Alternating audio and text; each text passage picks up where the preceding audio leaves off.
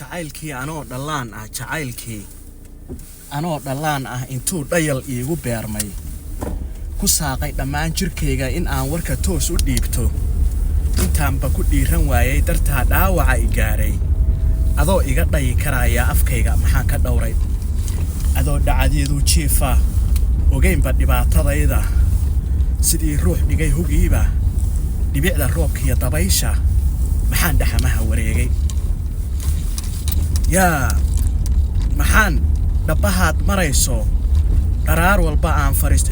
muuqaaga si aan u dheehdo marun dhaayaha ku saaro maxaan